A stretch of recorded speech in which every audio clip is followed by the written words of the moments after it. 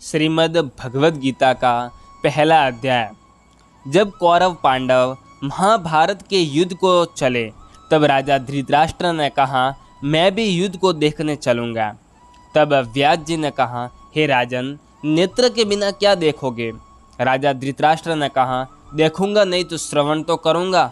तब व्यास जी ने कहा, हे राजन, तेरा सारथी संजय जो कुछ महाभारत के युद्ध की लीला कुरुक्षेत्र में होगी सो यहाँ बैठे ही श्रवण करावेगा। व्यास जी के मुख से ये वचन सुन संजय ने विनती करी, हे प्रभु, यहाँ हस्तिनापुर में बैठे कुरुक्षेत्र की लीला कैसे जानूंगा तथा राजा को किस भांति कहूँगा।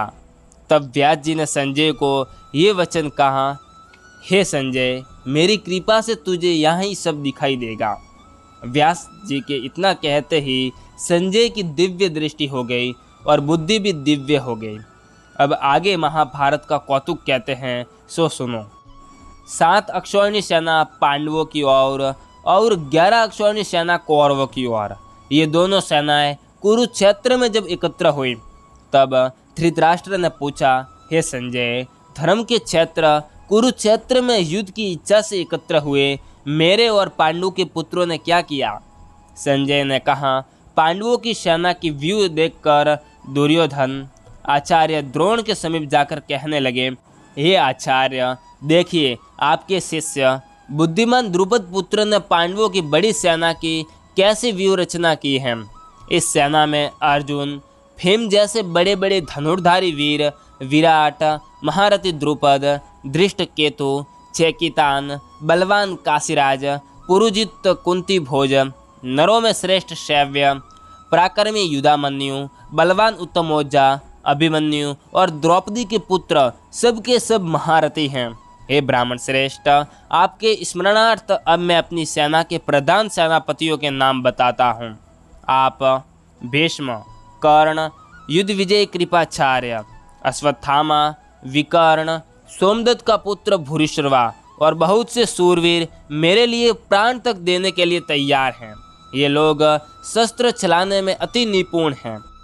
हमारी सेना जिसके भीष्म रक्षक हैं अपरिमित बल हैं और उनकी सेना जिसके भीम रक्षक हैं थोड़ा बल हैं। अब आप सब अपने अपने मोर्चों पर सावधान रहकर सेनापति की रक्षा कीजिए। भीष्म पितामह ने दुर्योधन को प्रसन्न करते हुए ऊंचे स्वर से गरजते हुए शंख बजाया। फिर वहाँ चारों ओर शंख, नगाड़े, ढोल, गोमुखादि बाजे बजने लगे, जिसका बड़ा भयंकर शब्द हुआ। जिसके अनंतर सफेद घोड़ों के रथ पर बैठे हुए माधव और पांडव अर्जुन ने दिव्य शंखों को बजाया। श्री कृष्ण ने पांजन्य और अर्जुन ने भी देवदत्त नामक शंख को और भीषण कर्म करने वाले भीम ने पौंड्रक नामक बड़े शंख को बजाया। कुंती पुत्र राजा युधिष्ठिर ने अनंत विजय, नकुल ने सुघोष और सहदेव ने मणि, पुष्पक और धनुर्धर काशीराज, शिखंडी धृष्टद्युम्न विराट, अपराजित सात्यकी राजा द्रुपद और द्रौपदी के 500 पुत्र और महाबाहु अभिमन्यु, इन सब वीरों ने अपने अपने शंखों को बजाया। उन शंखों के भारी शब्द से आकाश और पृथ्वी गूंज उठे और धृतराष्ट्र के पुत्रों के हृदय कांप उठे।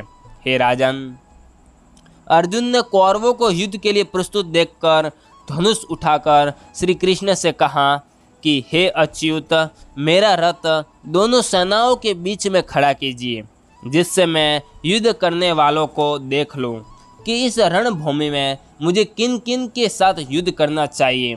दुर्बुद्धि दुर्योधन से प्रीति करने वाले जो युद्ध के लिए यहाँ एकत्रित हुए हैं उनको देखूंगा।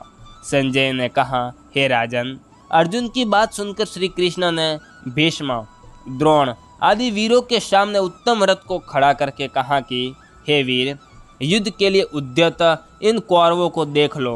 अर्जुन ने चाचा, बाबा, गुरु, मामा, भाई, पुत्र, पौत्र, मित्र, शवसूर और स्वजनों को शस्त्रों से सुसज्जित खड़े देखा और उसने इन दोनों सेनाओं में अपने ही सब बांधवों को देखकर परम दयाद्र हुए और अत्यंत खेद के साथ ये वचन कहे, हे कृष्ण, युद्ध की इच्छा से आए हुए इन अपने बंधुओं को देख मेरे अंग ढीले हो जाते हैं और मुख सूखा जा रहा है। मेरा शरीर बेकल होता है, गांडीव हाथ से गिरा जाता है। हे केशव, मुझ में यहाँ खड़े रहने की सामर्थ्य नहीं है और सब लक्षण मैं उल्टे देख रहा हूँ और संग्राम में अपने स्वजनों का वध करके कोई लाभ नहीं होगा। हे कृष्ण, मैं जीत, राज्य और सुख भी नहीं चाहता हूँ।